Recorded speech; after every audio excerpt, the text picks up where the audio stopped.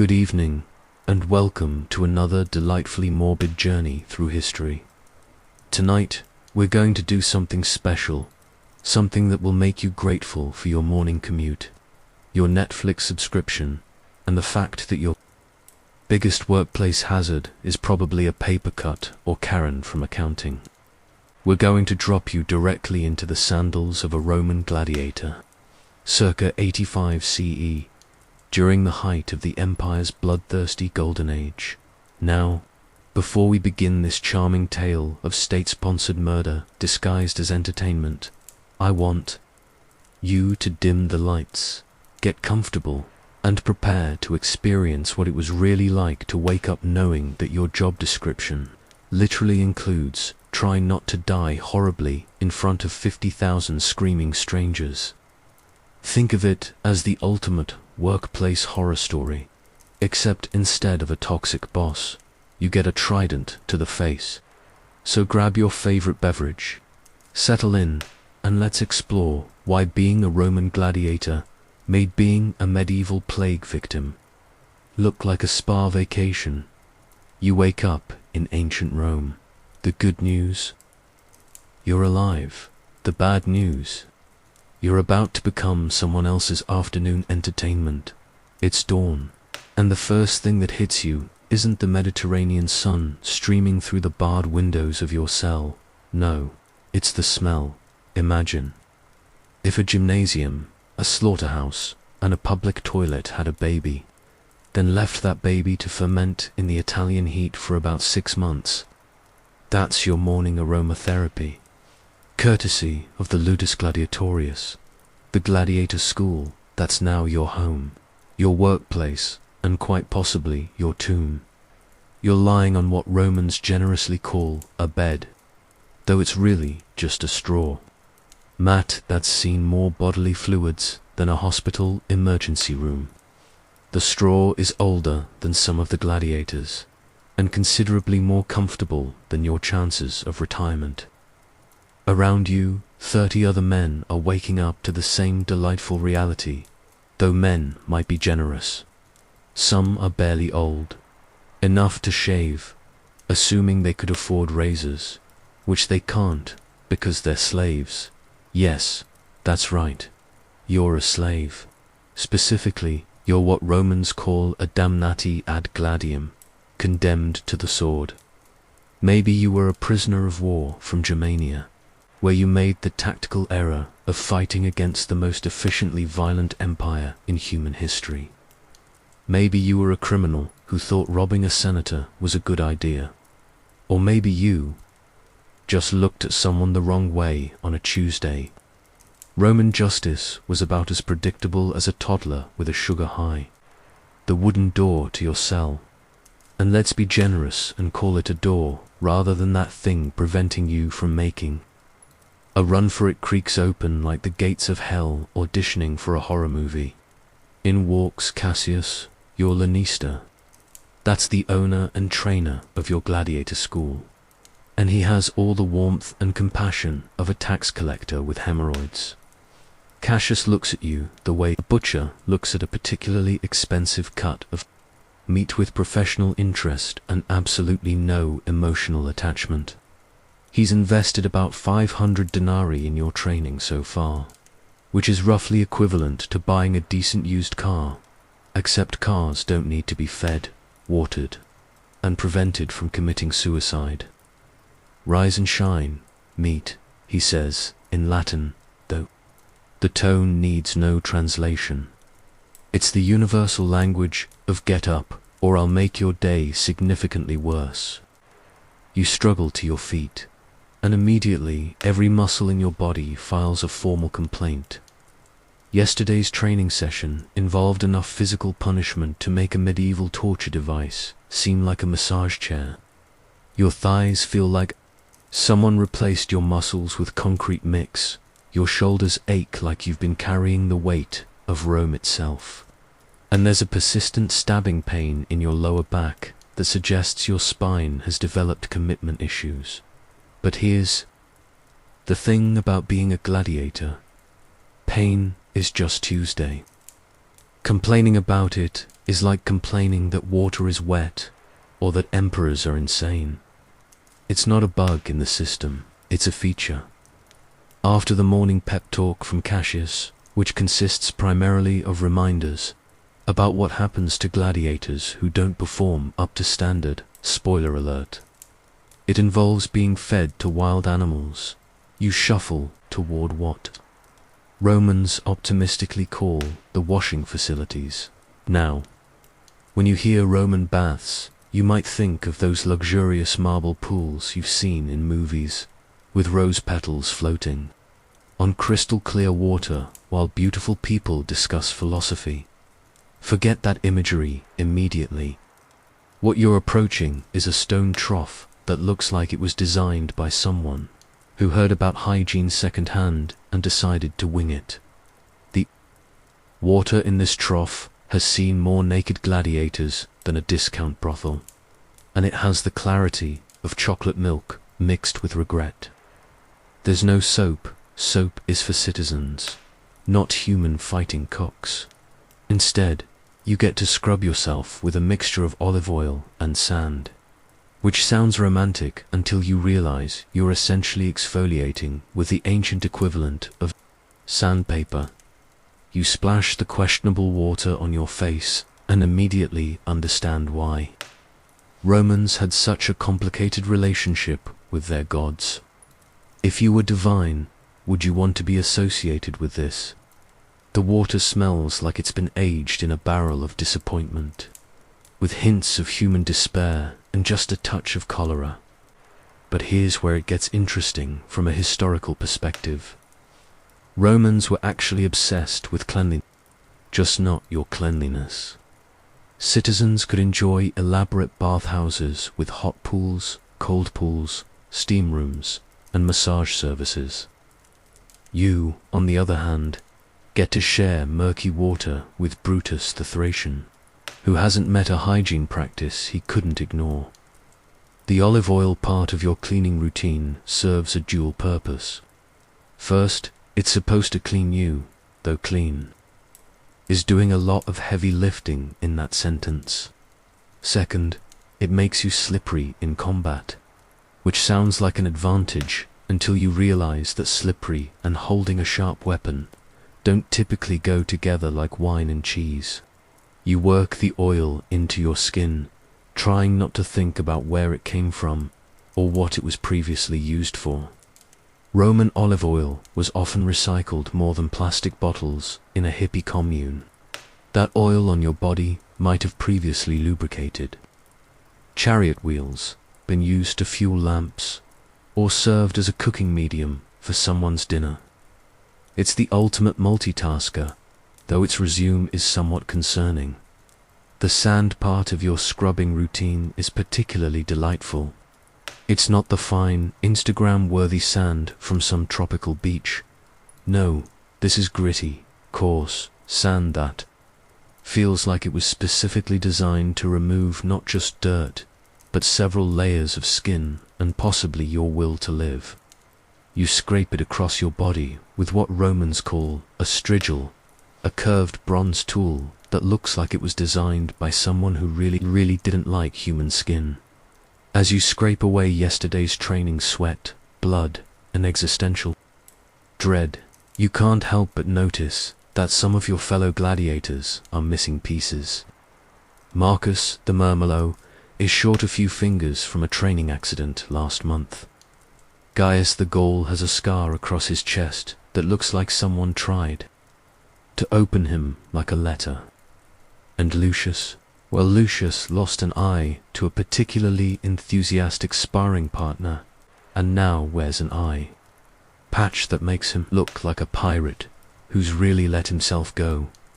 These aren't battle scars from glorious combat in the arena. These are workplace injuries from what's essentially the world's most dangerous job training program. It's like attending medical school, except instead of studying anatomy, you're having your anatomy forcibly rearranged by sharp objects. After your refreshing bout with questionable hygiene, it's time for breakfast.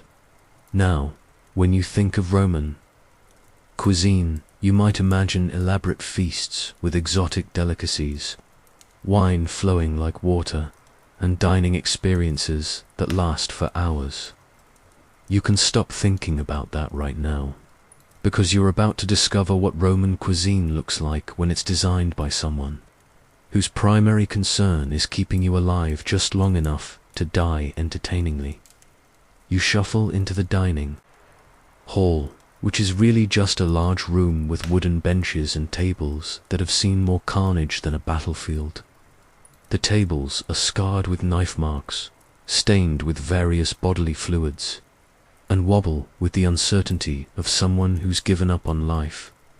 The benches are hard enough to make medieval torture devices seem comfortable, and they're positioned at exactly the wrong height for human anatomy.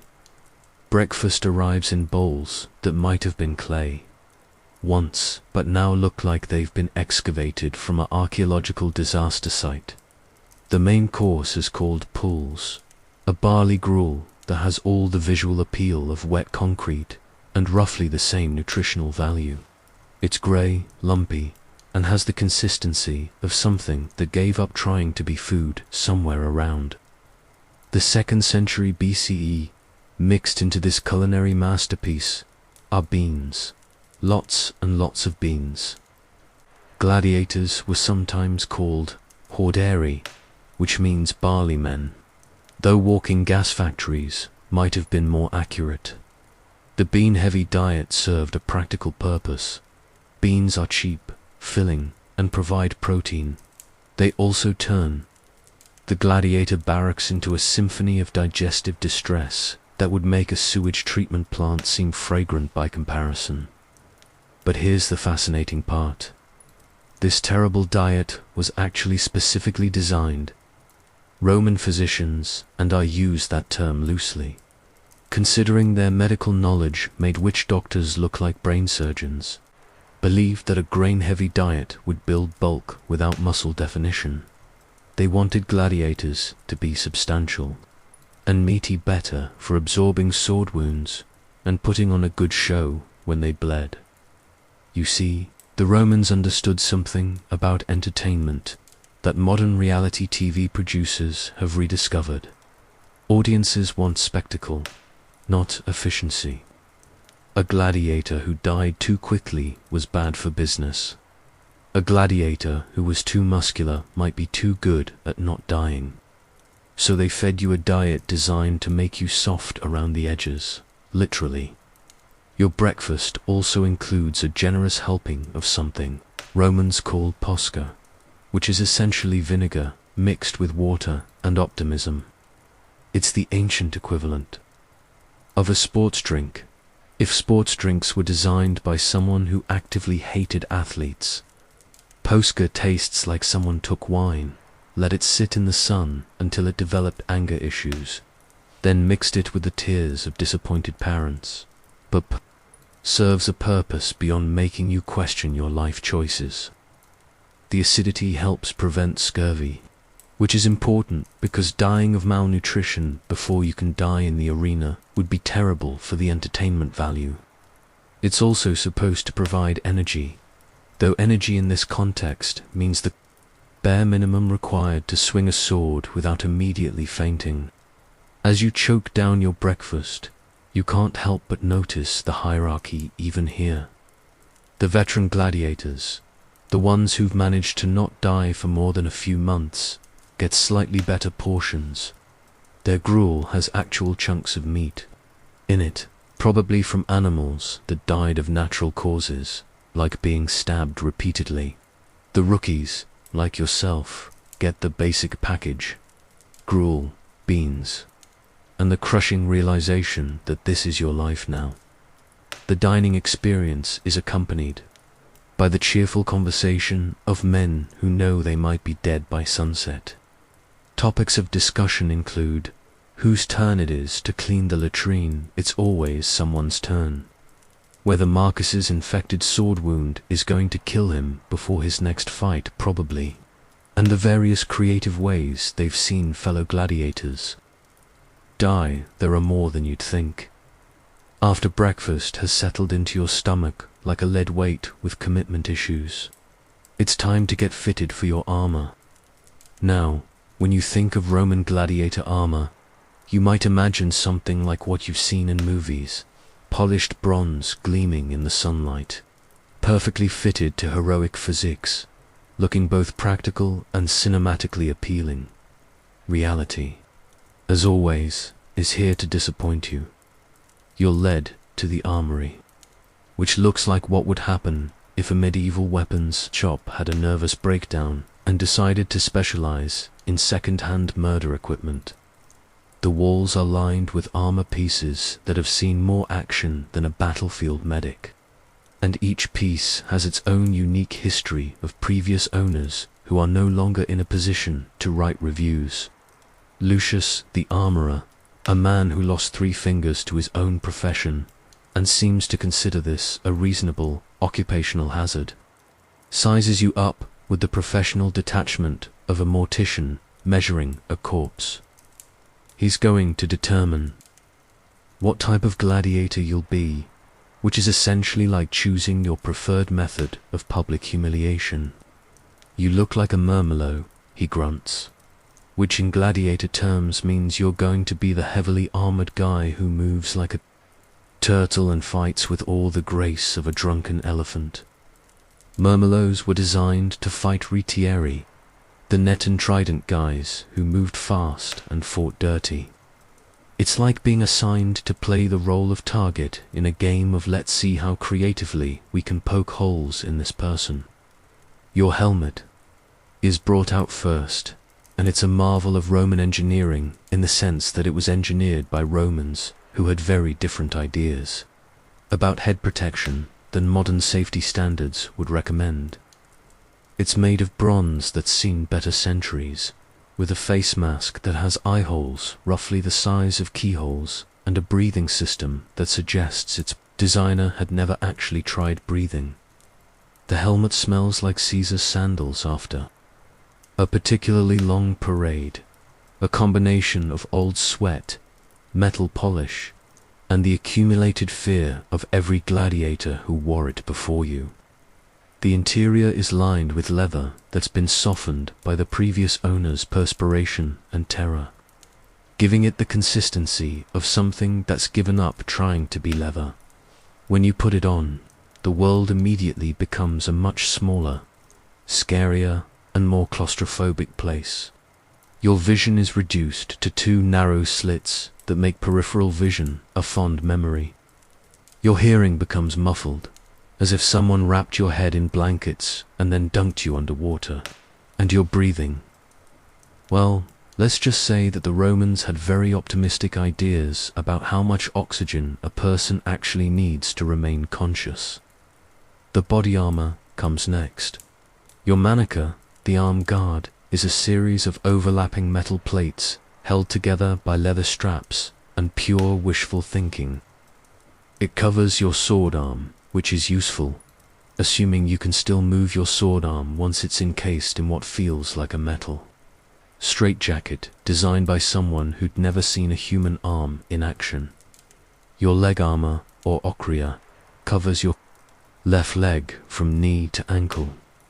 It's supposed to protect you from low strikes, though it also serves the useful purpose of making you walk like you've got a metal cast on your leg while simultaneously trying to balance on a tightrope. The Romans believed that asymmetrical armor made fights more interesting to watch, which is true in the same way that forcing someone to fight while hopping on one foot would make things more interesting. Your shield, or scutum, is a curved rectangle of wood covered in leather and reinforced with metal edges. It's designed to cover you from shoulder to knee, assuming you're exactly the same height as the Roman who designed it, which you're not. It weighs about as much as a small child and has been lovingly decorated with dents from previous encounters, with various pointy objects. The shield's handle has been worn smooth by the sweaty palms of gladiators who came before you, and you can't help but wonder how many of them are still alive to tell tales about this particular piece of equipment. Spoiler alert, not many. Your sword, the Gladius, is the crown jewel of your equipment. It's a short, stabbing weapon designed for close quarters combat, which sounds impressive until you realize that close quarters, in gladiator terms, means close enough to smell your opponent's breakfast. The blade is sharp enough to cut through flesh and bone, which is encouraging, though it's also been sharpened so many times that it's starting to look like a very angry letter opener. The grip is wrapped in leather that's been seasoned with the palm sweat of previous gladiators, giving it a texture that's simultaneously slippery and sticky, like trying to hold on to a fish that's been marinated in glue. The pommel is weighted to balance the blade, though balance is a relative term when you're wearing armor that was designed by someone who clearly had issues with human mobility. As Lucius adjusts your armor, he provides helpful commentary about its previous owners. This helmet belonged to Quintus the Quick, he mentions cheerfully, though he turned out to be not quite quick enough. And this sword was used by Maximus the Mighty, who was mighty right up until he met a lion with anger management issues. It's the kind of pep talk that really builds confidence, like a career counselor who specializes in terminal professions. With your armor fitted and your confidence thoroughly demolished, it's time for the main event of your day, training. Now, you might think that gladiator training would be about learning sword techniques, mastering combat strategies, and developing the skills necessary to survive in the arena. You'd be partially right. Except for the survive part, that's more of a happy accident than an actual goal.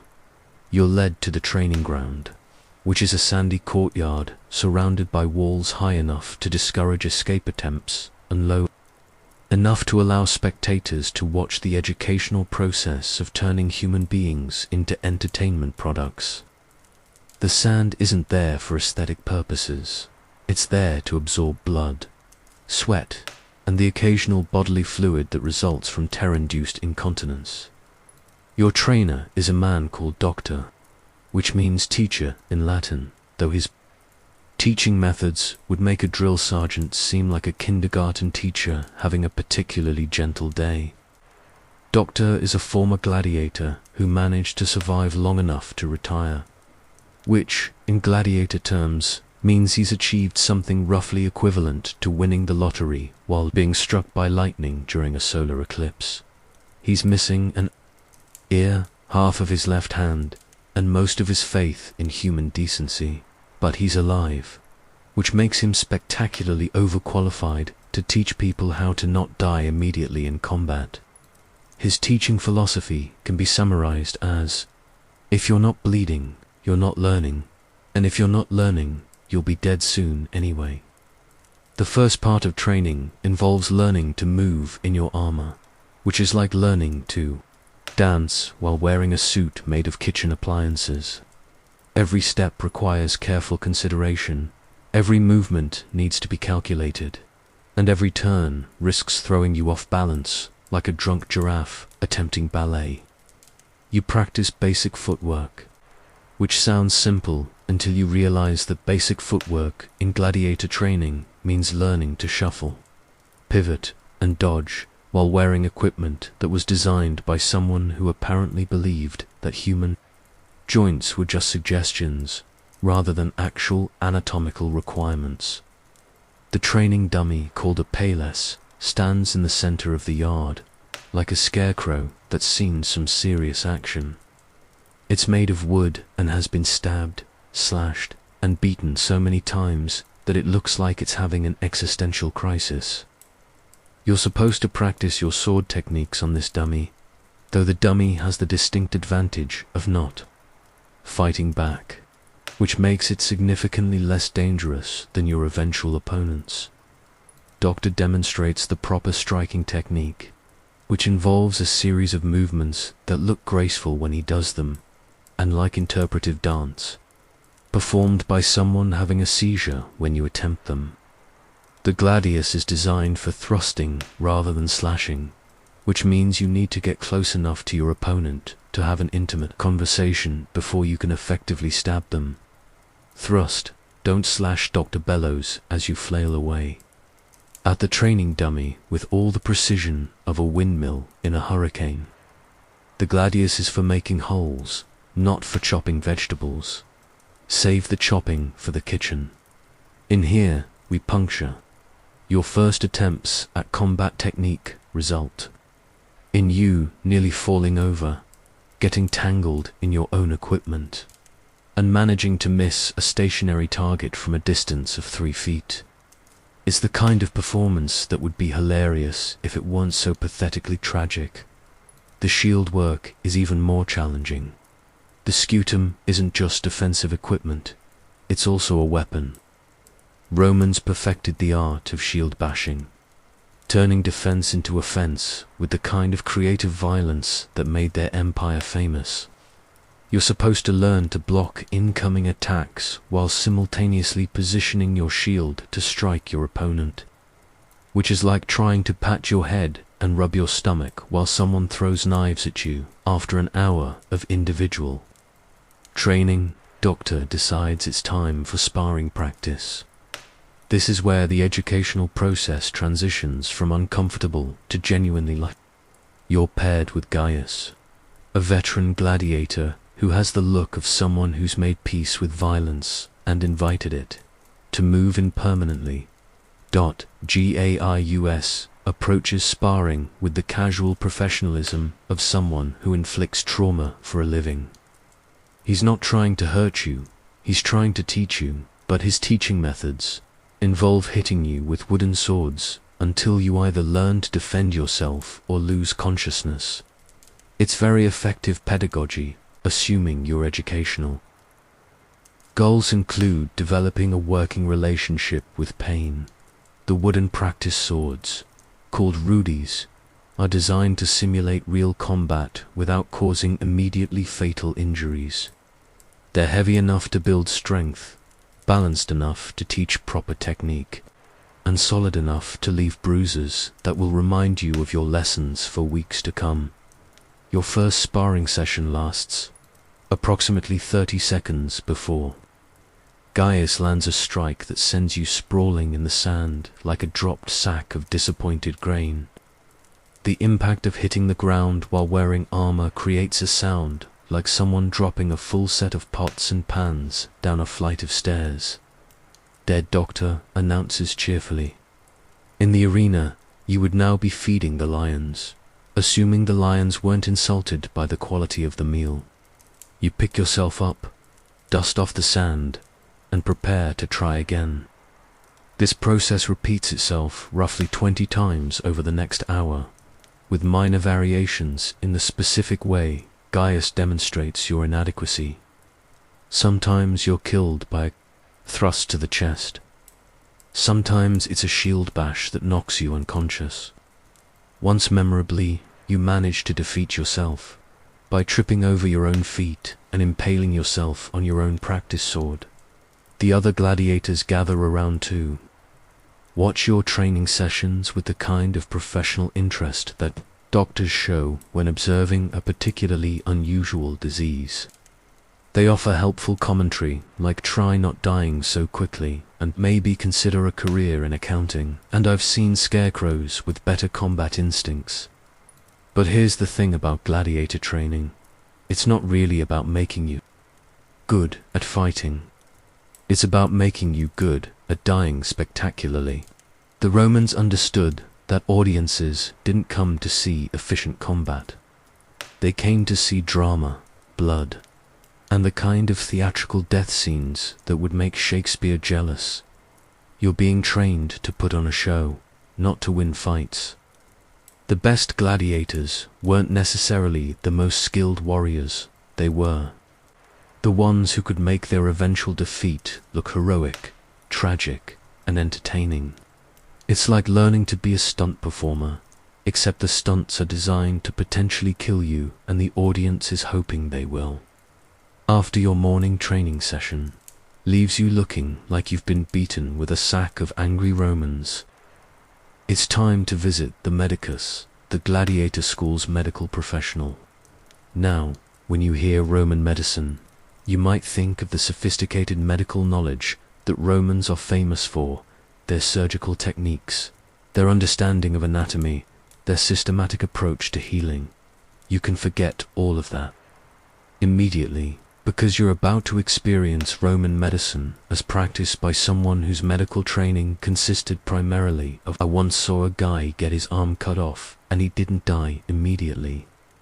The medical facility is a room that looks like what would happen if a butcher shop decided to diversify into healthcare without really understanding what healthcare involves.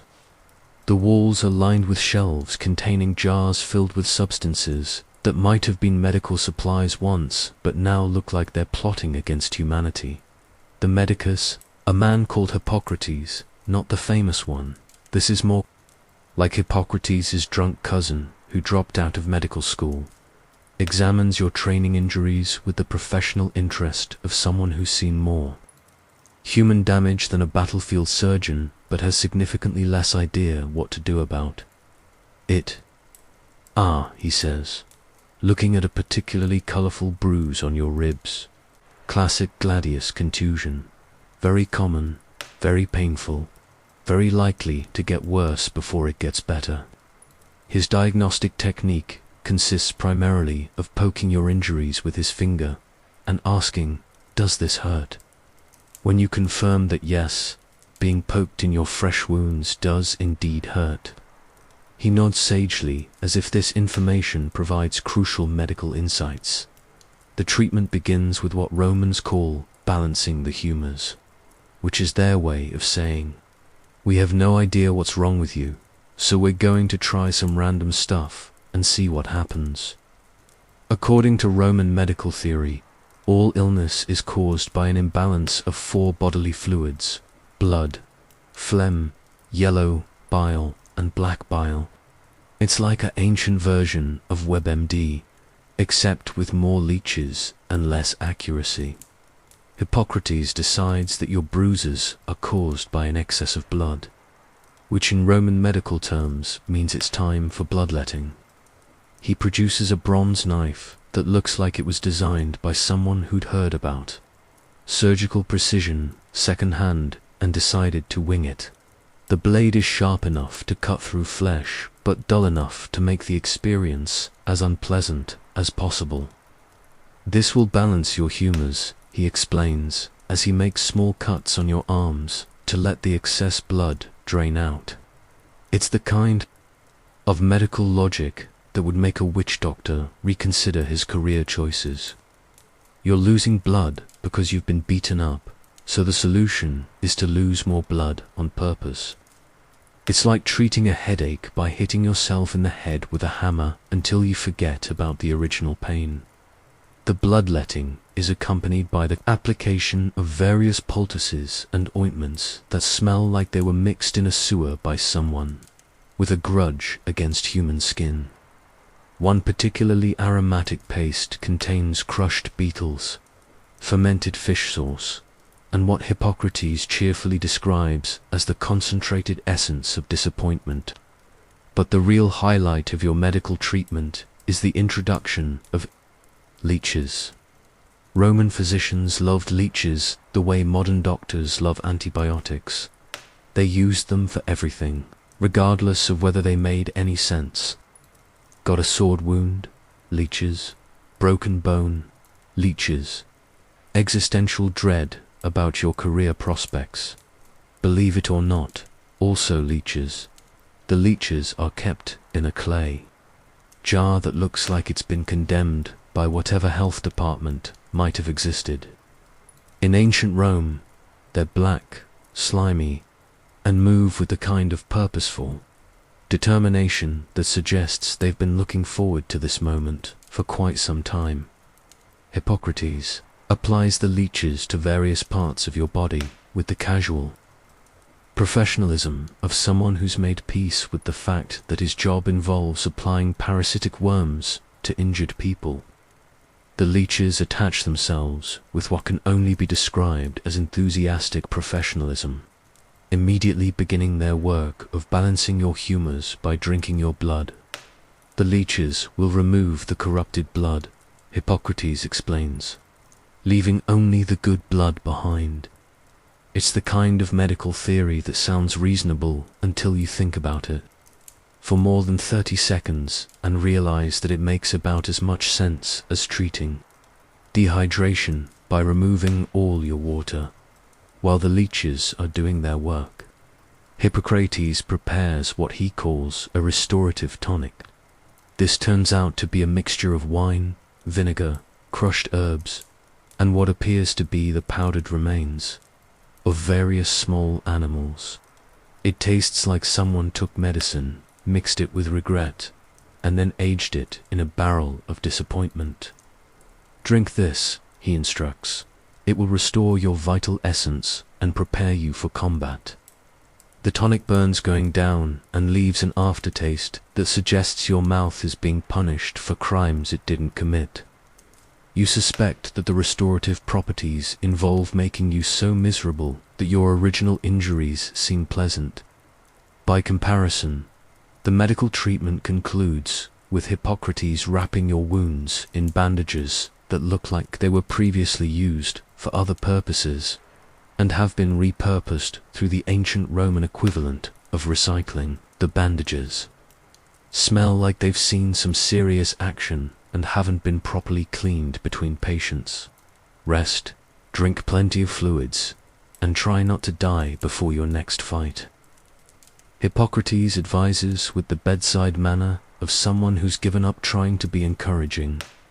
The investment in your training is too significant to waste on premature death.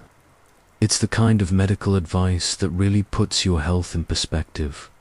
After your delightful medical experience, you return to the general population of the Ludus to discover that gladiator society has its own complex social hierarchy, like a corporate office environment, except with more blood and slightly less backstabbing.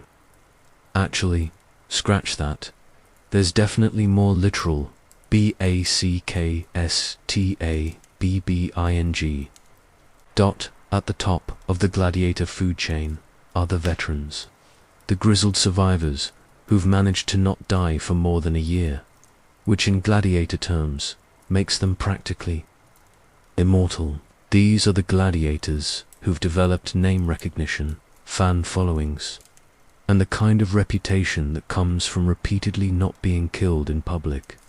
There's Maximus, the Magnificent, who survived 43 fights and has the scars to prove it. He walks with the swagger of someone who's stared death in the face so many times they've become drinking buddies. His body is a roadmap of near-death experiences, sword scars, bite marks from exotic animals, and burn marks from flaming weapons. That seemed like a good idea at the time. Maximus has achieved something like celebrity status.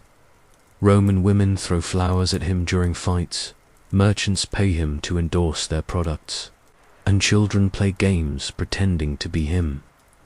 He's the ancient equivalent of a sports star, except his sport involves people trying to kill him for entertainment. Then there's Brutus, the Unstoppable, who earned his nickname by being surprisingly difficult to kill despite everyone's best efforts. He's a Retiarius, a net fighter who moves with the fluid grace of someone who's turned avoiding death into an art form.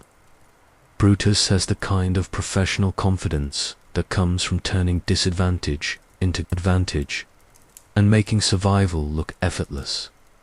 These veterans occupy the premium cell spaces that are still essentially prison cells, but with slightly less mold and marginally better ventilation. They get better food, better medical care, and the kind of respect that comes from being really, really good at not dying when people are trying to kill you. In the middle tier are the journeyman gladiators, fighters who've survived their first few battles, but haven't yet achieved the kind of legendary status that comes with long-term survival. These are competent professionals who've learned that gladiator Combat is less about heroic warrior skills and more about understanding how to put on a good show while minimizing your chances of actual death. They've figured out the unspoken rules of gladiator combat. Make it look dramatic, give the crowd what they want, and remember that sometimes losing gracefully is better for your long-term health than winning ungracefully. These are the gladiators who've learned that survival isn't just about fighting skill, it's about crowd management, political awareness, and the fine art of theatrical dying. And then there's you and the other Noxie, the newbies, the cannon fodder, the human sacrifices with delusions of grandeur. You're at the bottom of the gladiator social pyramid, below even the cleanup crew, and possibly below the rats that live in the walls. The social dynamics play out in every aspect of Luda's life. Mealtimes become exercises in hierarchy with veterans, getting first choice of food, and rookies getting whatever's left over after everyone else has had their fill.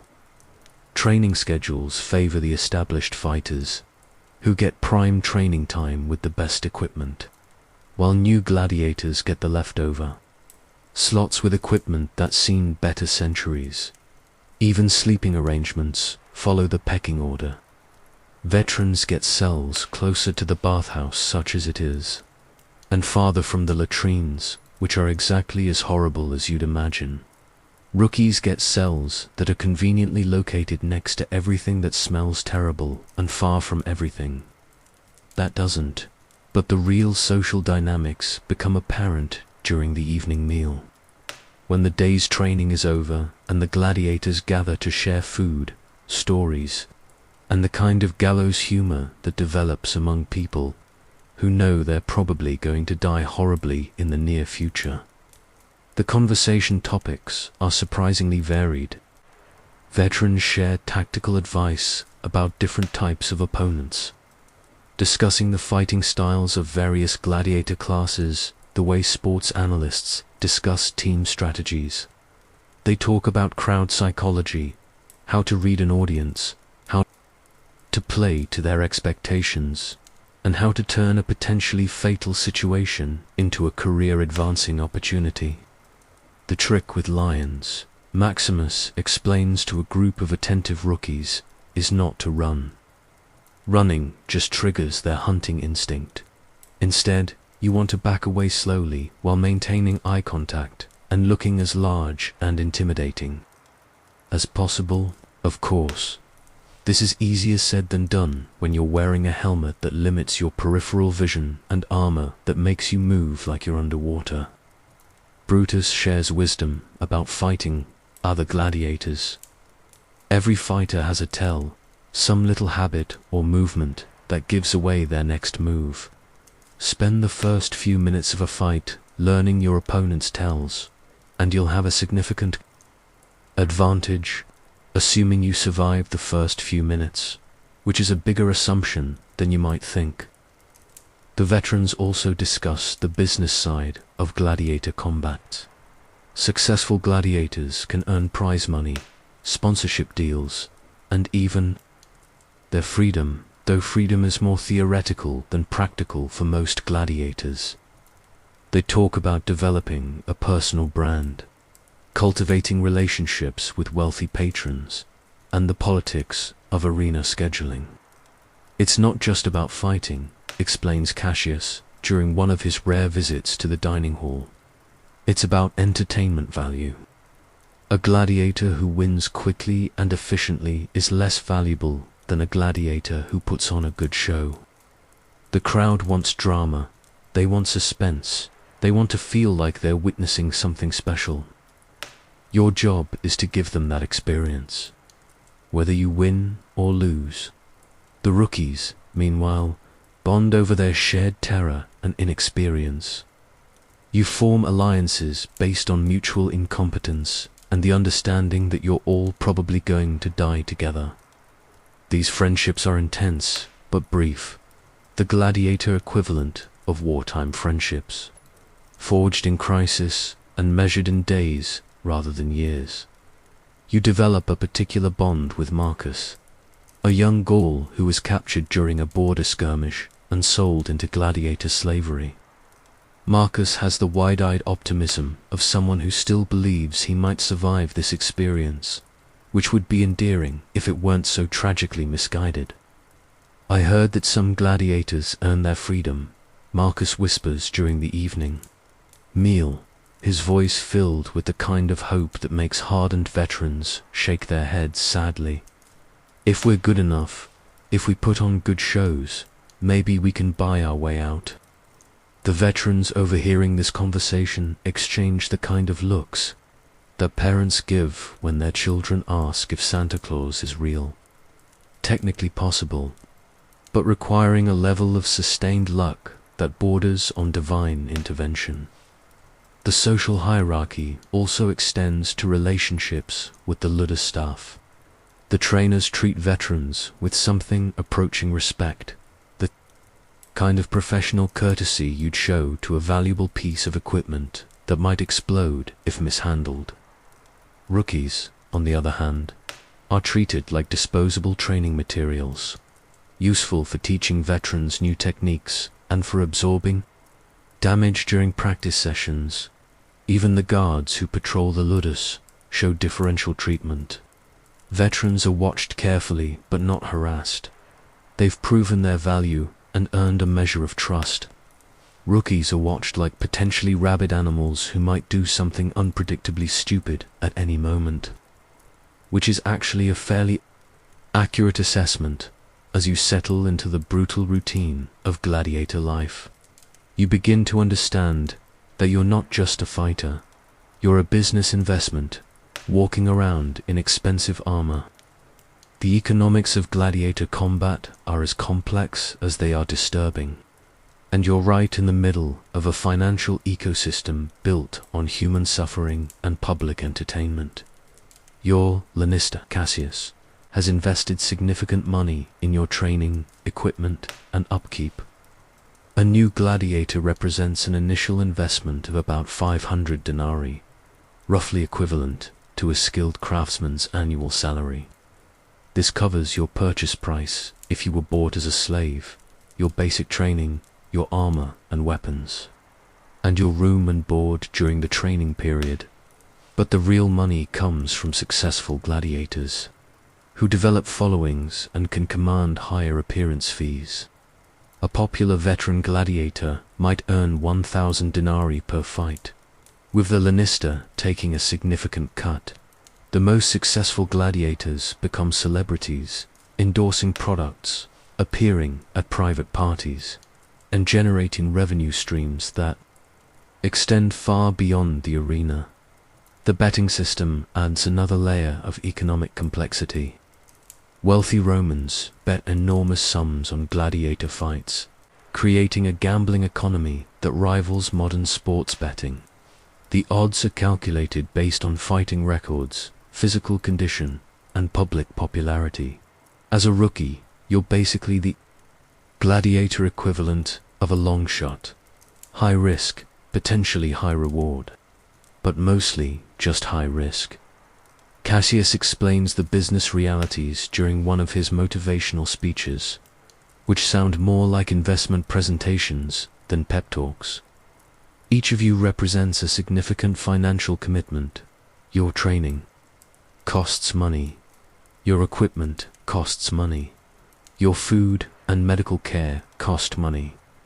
You will repay this investment through successful performances in the arena, or you will be sold to offset losses. The threat of being sold is particularly ominous.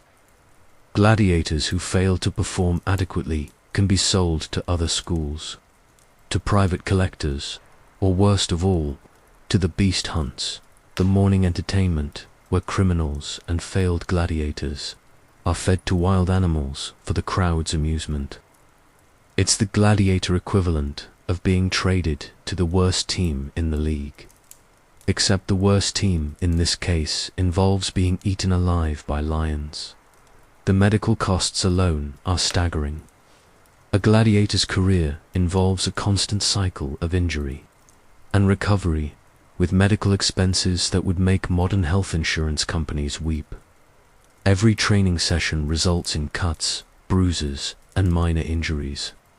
Every arena appearance risks major trauma that could end a career or a life. But perhaps the most disturbing aspect of gladiator economics is the insurance system. Wealthy Romans could purchase gladiator insurance policies that paid out if their favorite fighters were killed or permanently disabled. It was possible to make money on a gladiator's death, creating perverse incentives where some sponsors might actually profit more from a gladiator's demise than from their continued success. The arena itself operates like a modern entertainment venue, with ticket sales, concession stands, and premium seating for wealthy patrons. The best seats closest to the action cost as much as a month's wages for a typical Roman worker. The cheap seats in the upper tiers were often free, subsidized by the government as part of the bread and circuses policy designed to keep the urban population entertained and politically docile.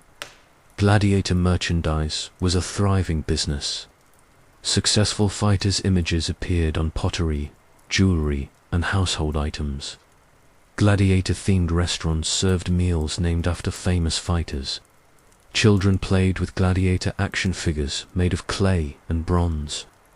It was an entire entertainment industry built around the spectacle of human combat. The evening before your first arena appearance arrives with all the welcome enthusiasm of a tax audit combined with a terminal medical diagnosis: sleep. Already a challenging proposition in your cell that doubles as a sensory deprivation chamber designed by someone with a grudge against human comfort, becomes virtually impossible when you know that tomorrow might be your last day of having all your body parts in their original locations. You lie on your straw mat, listening to the sounds of 30 other men trying to sleep while contemplating their mortality. The ludus at night is a symphony of anxiety, quiet conversations, restless movements, and the occasional sob from someone who's having trouble maintaining the stoic facade that gladiator culture demands. Marcus, your fellow rookie, whispers prayers to various Celtic gods who probably have no jurisdiction in Roman or territory and definitely have no experience with gladiator combat. His prayers sound more like negotiations, offering various deals and bargains in exchange for not dying horribly in front of thousands of strangers. The veterans, meanwhile, maintain their professional composure even in the face of upcoming combat. They've learned to treat arena appearances like business trips, unpleasant but manageable professional obligations. They discuss strategy, review their equipment, and engage in the kind of casual conversation that only makes sense among people who regularly risk death for entertainment. Remember, Maximus advises the group of rookies, the crowd wants a show. If you're going to die, die dramatically. If you're going to win, win with style. Either way, make sure they remember you. A memorable death is better than a forgettable victory, at least in terms of career longevity. It's the kind of career advice that really puts your professional development in perspective. Brutus shares tactical wisdom. Watch the sand. Fresh sand means they're expecting blood.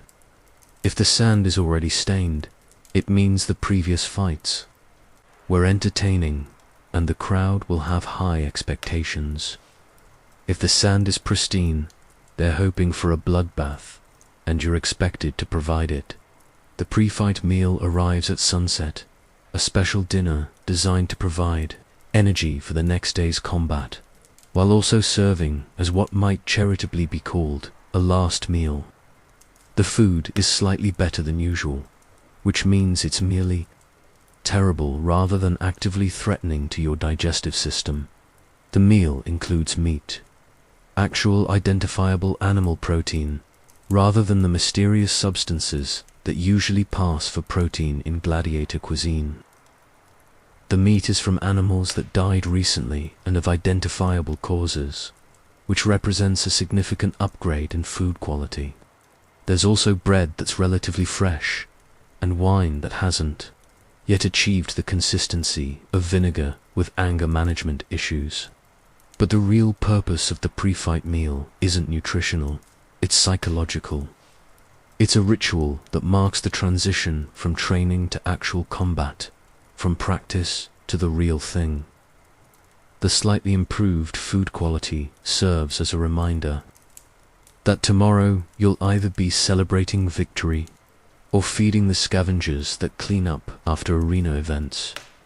The evening also includes visits from various Ludius personnel who need to prepare you for the next day's events.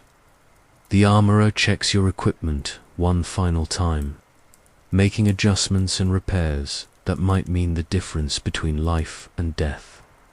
The medicus provides what he optimistically calls a pre-combat health assessment, which consists mainly of confirming that you're healthy enough to die entertainingly. Cassius makes his rounds, delivering what he calls motivational speeches, but what sound more like performance reviews for employees, whose job performance will be measured in blood and entertainment value. He reminds each gladiator of their investment cost, their expected performance standards, and the various consequences of failing to meet audience expectations. Tomorrow, you represent this ludus, he tells your group. You represent months of training, significant financial investment, and the reputation of this establishment. Perform well, and you'll be rewarded. Perform poorly, and he trails off, letting your imagination fill in the details, which is somehow more terrifying than any specific threat. The night also brings visitors from outside the ludus. Some gladiators receive visits from family members, wives, children, or parents who've managed to gain permission for what might be a final goodbye. These visits are conducted through the barred windows of the cells, with guards present to ensure that no escape attempts are made and no weapons are passed. The conversations between gladiators and their families are heartbreaking in their forced normalcy. Children ask when daddy will come home. Wives try to maintain optimistic facades, while their eyes show the terror of potential widowhood. Parents struggle to find words of encouragement for children who are about to risk their lives for the entertainment of strangers. You have no family visitors. Your family is either dead, too far away, or has written you off as already deceased. This should be depressing, but you find it oddly liberating. There's something to be said for facing potential death, without the emotional burden of leaving behind people who love you and depend on you. As the night progresses, the conversation gradually dies down, replaced by the sounds of men trying to find sleep before what might be their final day. Some gladiators develop pre-combat rituals, prayers, exercises, or meditation techniques, designed to calm their nerves and prepare their minds for battle. Others engage in the kind of manic activity that comes from nervous energy with nowhere to go. They clean their equipment obsessively, practice fighting movements, or engage in one-sided conversations with the gods, offering various bargains and negotiations in exchange for survival. Morning arrives with all the enthusiasm of a funeral director who's just gotten news of a mass casualty event. Today is the day, your debut performance in the greatest entertainment venue in the ancient world, where you'll either become a hero or become lunch for the cleanup crew. The wake-up call comes earlier than usual, because arena days require additional preparation time. You need to be fed, armed, transported, and psychologically prepared for what the Romans euphemistically call games, but what you're beginning to understand is really just elaborate public execution with better marketing. Breakfast is the same. Gruel, as always, but somehow it tastes different when you know it might be your last meal. Every spoonful becomes a meditation on mortality. Every swallow a reminder that your digestive system might not have much more work to do. The other rookies pick at their food with the enthusiasm of condemned prisoners, which is basically what you are. The veterans, meanwhile, eat with professional efficiency. They've learned to treat arena days like business trips, unpleasant, but manageable professional obligations that require proper nutrition and mental preparation. They discuss the day's lineup with the casual professionalism of athletes reviewing game strategy.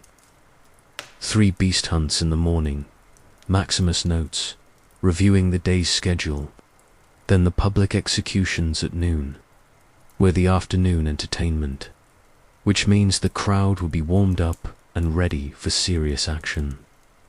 The morning beast hunts are exactly what they sound like: condemned criminals and failed gladiators are released into the arena with wild animals for the entertainment of the crowd. It's the warm-up act for the main gladiator events, designed to get the audience in the mood for violence, while disposing of undesirable people in an entertaining fashion. The public executions at noon are even more straightforward. Criminals who've been sentenced to death are killed in creative ways for the crowd's amusement. These aren't gladiator fights. They're just elaborate murder with entertainment value.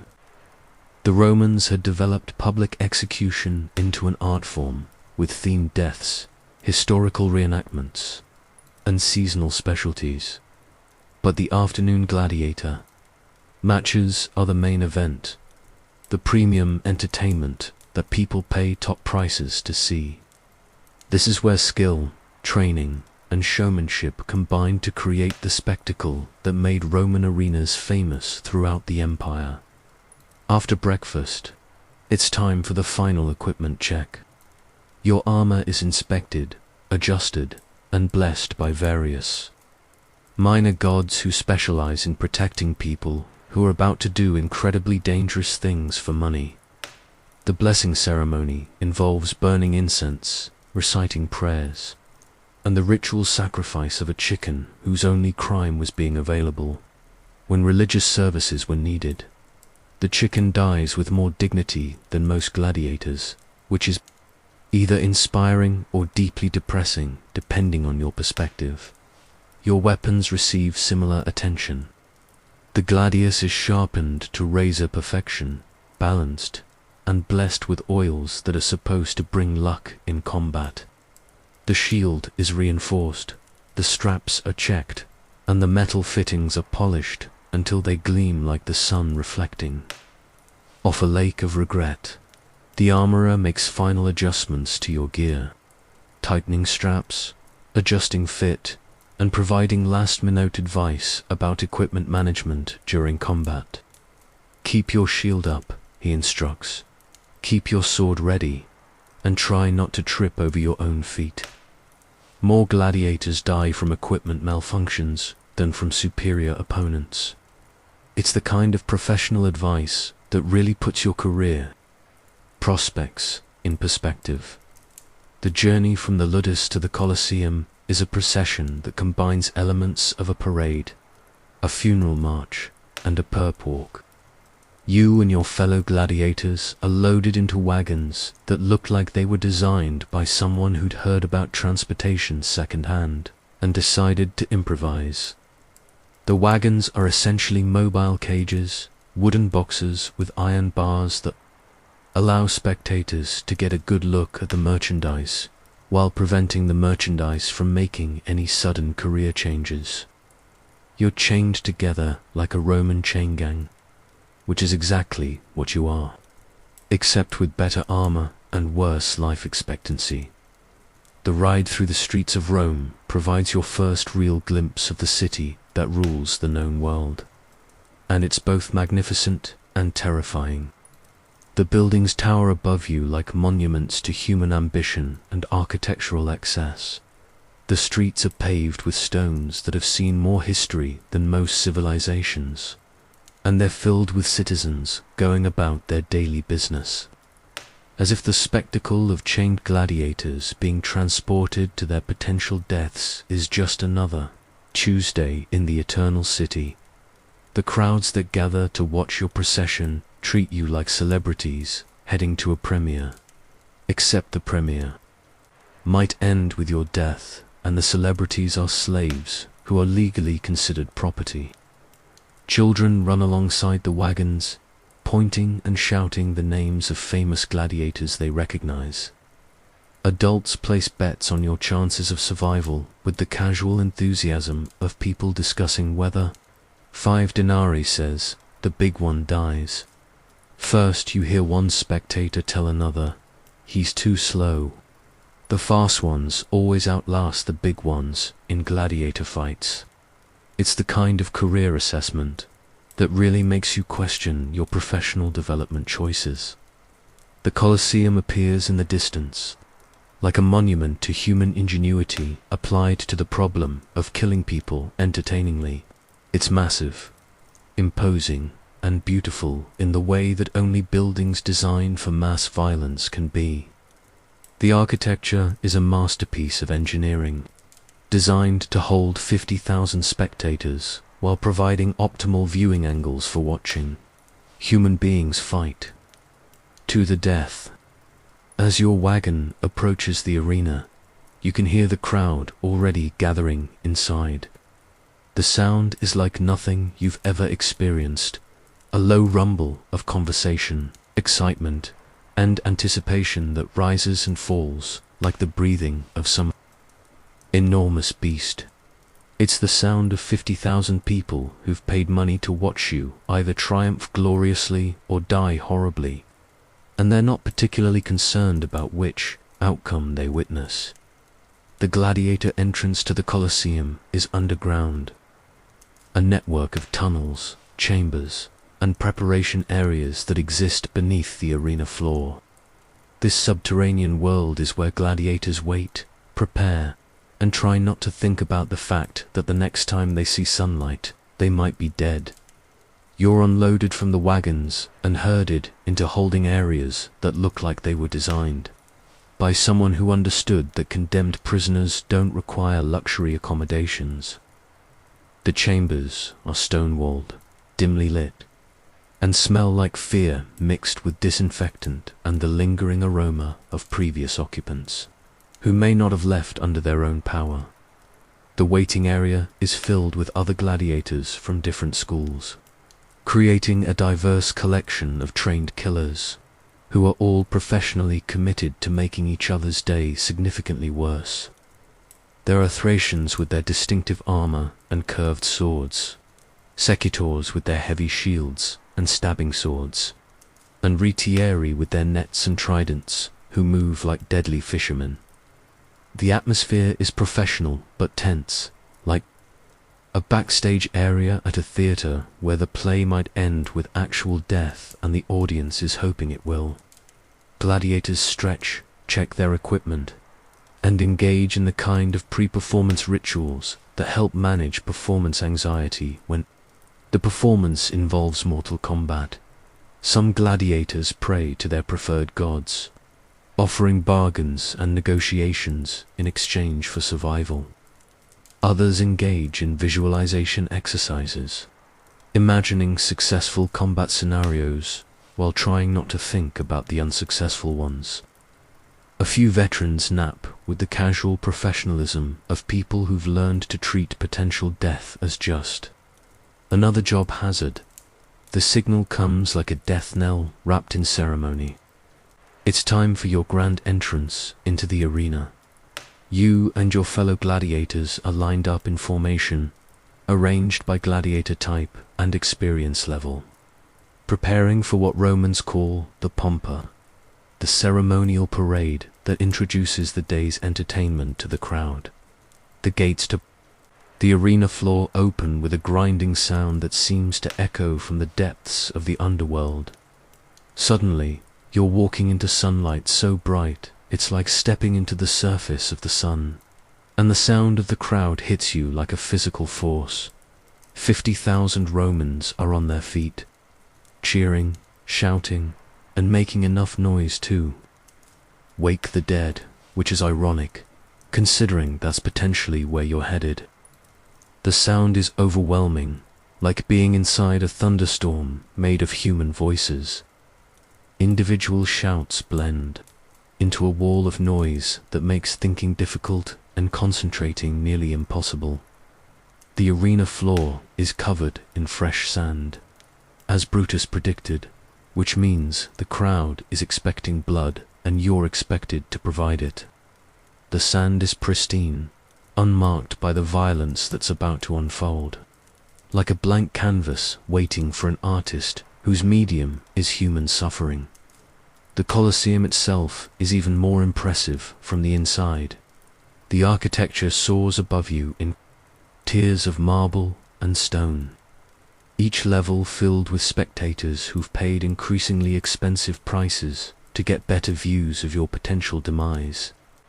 The Emperor's box, draped in purple and gold, dominates the arena like a throne room designed for watching death. You march in formation around the arena perimeter, giving the crowd a chance to get a good look at the day's entertainment and place their final bets. The parade is both ceremonial and practical. It allows spectators to assess the gladiator's physical condition, fighting stance, and apparent confidence level, all crucial factors in gambling decisions. The crowd's reaction varies depending on which gladiators they recognize. Veterans like Maximus receive cheers and applause from fans who've watched their previous performances. Rookies like yourself receive more speculative attention. The crowd is sizing you up, trying to determine whether you're likely to provide good entertainment value, or just die quickly and disappointingly. As you complete the circuit of the arena, you notice details that somehow make the whole experience even more surreal. Vendors are selling snacks and drinks to the spectators, turning your potential death into a social occasion complete with refreshments. Betting tablets are being passed through the crowd as final wagers are placed on fight outcomes.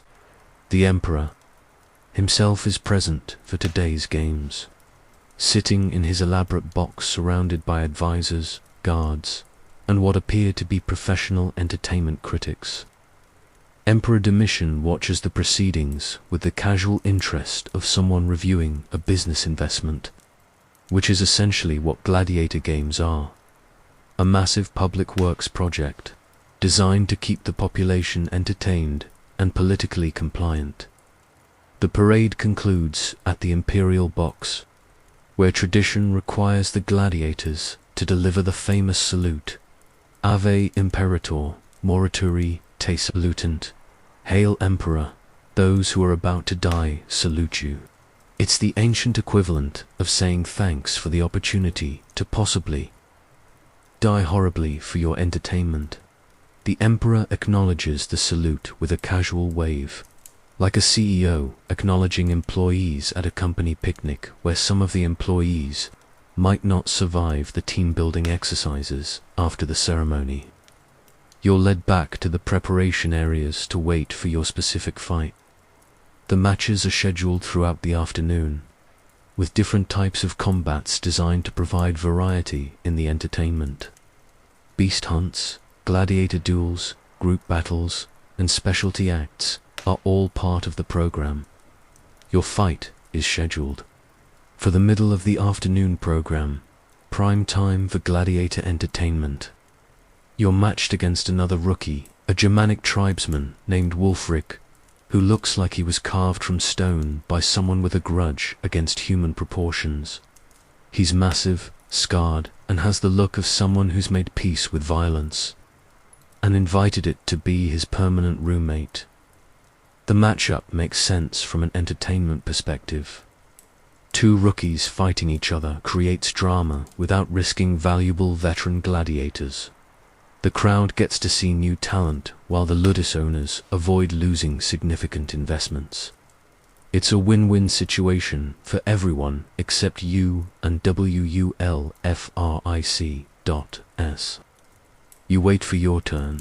You watch other fights through small windows that provide views of the arena floor. The earlier matches provide a preview of what you're about to experience, and the preview is not encouraging. The beast hunt involves a group of condemned criminals being chased around the arena by a pack of wild dogs while the crowd cheers enthusiastically. The criminals are armed with wooden sticks and wishful thinking, while the dogs are armed with teeth, claws, and professional predator instincts. The outcome is as predictable as it is gruesome. A gladiator duel between two veterans provides a masterclass in theatrical combat. Both fighters are skilled enough to make the fight look dramatic while experienced enough to avoid unnecessary risks. They exchange blows, create suspenseful moments, and engage in the kind of choreographed violence that makes the crowd feel like they're witnessing something special. The veteran fight ends with one gladiator wounded but alive, appealing to the crowd for mercy. The crowd, in a generous mood after being well entertained, signals for mercy with thumbs up.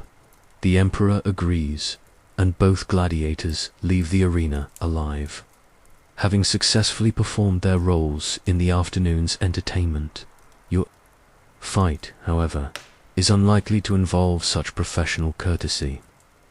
Rookie matches are often more genuine combat situations, where inexperience leads to actual attempts to kill rather than theatrical presentations of violence. You and Wulfric don't have the skills to stage convincing fake combat, so you'll be engaging in the real thing. Your name is called with all the ceremony of a court. Bailiff announcing a defendant in a capital murder trial. It's time to enter the arena and discover whether you're going to be the hero of your own story or just another footnote in the long history of people who died for other people's entertainment. You walk through the tunnel leading to the arena floor, and with each step, the sound of the crowd grows louder and the reality of your situation becomes more undeniable. The tunnel is like a birth canal leading into a world where you might immediately die, which is probably not the metaphor the architects intended, but is, unfortunately, accurate. The arena floor is even more intimidating from ground level. The sand stretches out like a beach designed for violence, surrounded by walls that are too high to climb and filled with spectators who are hoping to see blood. Your blood, specifically. Wulfric enters from the opposite side of the arena, and seeing him in full gladiator regalia makes your stomach perform the kind of acrobatics that would be impressive if they weren't caused by terror. He's equipped as a secutor, the pursuer, with heavy armor, a large shield, and a sword designed for close quarters stabbing. His helmet covers most of his face, making him look less like a person and more like a walking instrument of death. You're equipped as a Richarius, the netman, which sounds exotic until you realize it means you're armed with a fishing net, a trident, and significantly less armor than your opponent. Your left arm and shoulder are protected by armor, but the rest of your body is covered only by a loincloth and optimism. It's like bringing a fishing rod to a gunfight, except the gunfight is taking place in front of 50,000 people who paid to watch. The crowd roars as you and Wulfric face each other across the arena. Betting tablets are passed furiously through. The stands as spectators place final wagers on the fight's outcome. The odds are probably not in your favor, considering you learned to use your weapons approximately 2 weeks ago, and Wulfric looks like he was born holding a sword. The fight begins with the drop of a ceremonial handkerchief from the Emperor's box. One moment you're standing in the sand trying not to wet yourself with fear, and the next moment you're engaged in mortal combat with a Germanic warrior who seems to take the mortal part very seriously. Wulfric charges immediately, which is apparently the Germanic approach to most problems. His strategy seems to be run directly at the enemy while making scary noises.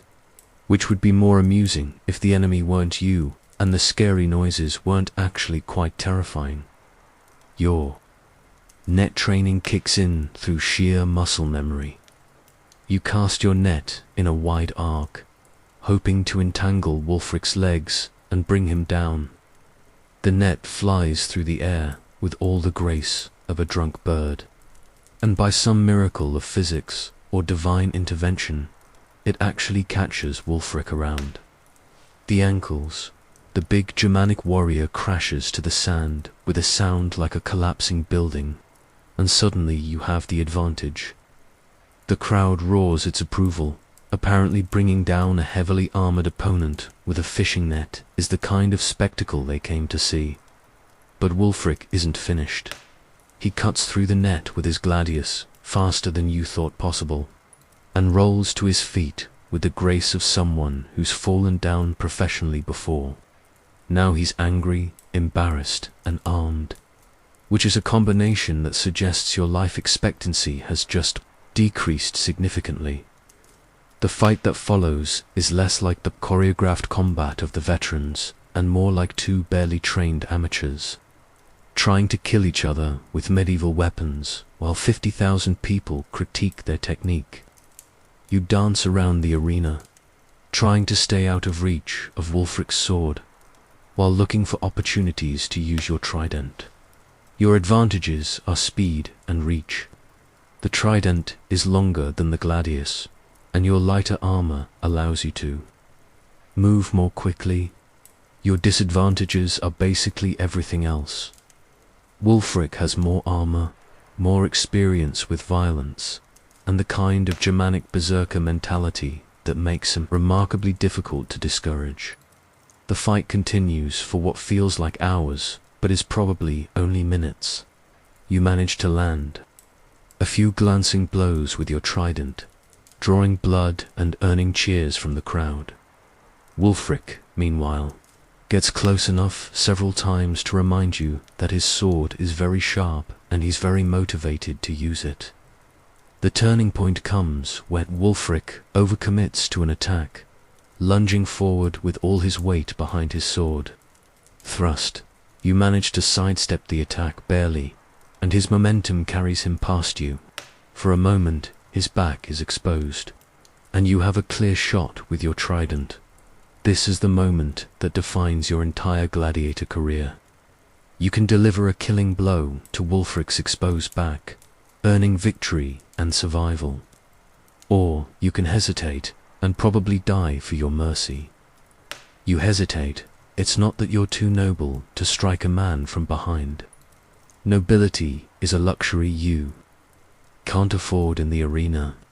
It's that in the split second you have to make the decision. You realize that Wulfric is just another slave like you, forced into this situation by circumstances beyond his control. Killing him won't make you free. It will just make you a slave who's killed another slave for the entertainment of their masters. That moment of philosophical reflection costs you the fight. Wulfric recovers his balance, spins around, and drives his gladius between your ribs with the efficiency of someone who's given up trying to make violence look artistic. The blade slides between your bones like it was designed for this specific purpose, which it was. The pain is immediate and overwhelming, like being struck by lightning made of fire and regret. You look down to see the sword hilt protruding from your chest, and your first thought is that this seems like poor equipment management on your part. You fall to your knees in the sand, and Wulfric stands over you with his sword drawn, waiting for the crowd's verdict. This is the moment of polis verso, the crowd's decision about whether you live or die. The crowd is conflicted. You put up a good fight, showed courage, and provided entertainment value. But you also lost, and losing gladiators don't typically receive mercy unless they've really impressed the audience. The noise level rises as spectators debate your fate. Some shout for mercy, impressed by your performance. Others call for death, feeling that you didn't provide sufficient spectacle to earn survival. The Emperor watches the crowd's reaction, waiting to see which way popular opinion swings. After what feels like an eternity, the Emperor raises his hand. The crowd falls silent, waiting for the verdict that will determine whether you live to fight another day or die in the sand of the Colosseum. The Emperor's thumb moves ... sideways. It's the signal for mercy. You collapse forward into the sand, bleeding but alive. Wulfric helps you to your feet. A gesture of professional courtesy between gladiators who've shared the arena. The crowd cheers, satisfied with the afternoon's entertainment. You're carried from the arena on a stretcher, alive but significantly worse for wear. The sword wound between your ribs is serious, but not immediately fatal, assuming you receive proper medical attention. Of course, proper medical attention in ancient Rome involves the same Hippocrates who treated your training injuries with leeches and wishful thinking. The post-fight medical treatment takes place in the same underground chambers where you waited before your fight. The irony of returning to the place where you prepared to die, now preparing to recover from nearly dying, is not lost on you. Hippocrates examines your wound with the professional interest of someone who's seen more gladiator injuries than a medieval battlefield surgeon. Interesting puncture wound, he notes, as if you're an academic case study rather than a person with a hole in his chest. Clean entry, no apparent organ damage, minimal bleeding. You were lucky. Lucky is relative when it means you got stabbed, but not fatally. But you'll take whatever victories you can get at this point. The treatment involves cleaning the wound with wine, which burns like liquid fire, packing it with herbs which smell like they were gathered from a swamp, and bandaging it with cloth which may or may not have been used for other purposes. The whole process is about as pleasant as being stabbed again, but with more medical commentary. You'll live, Hippocrates announces with the authority of someone who's made this assessment many times and been right at least half the time. The wound should heal in a few weeks, assuming infection doesn't set in. Avoid strenuous activity, drink plenty of fluids, and try not to get stabbed again in the same location. It's the kind of medical advice that really puts your lifestyle choices in perspective. Your return to the ludus is greeted with the kind of professional respect that gladiators show to colleagues who've survived their first arena appearance. You're no longer a complete rookie, you're a gladiator who's bled in the sand and lived to tell about it. It's a modest achievement, but in gladiator culture, modest achievements are the difference between life and death.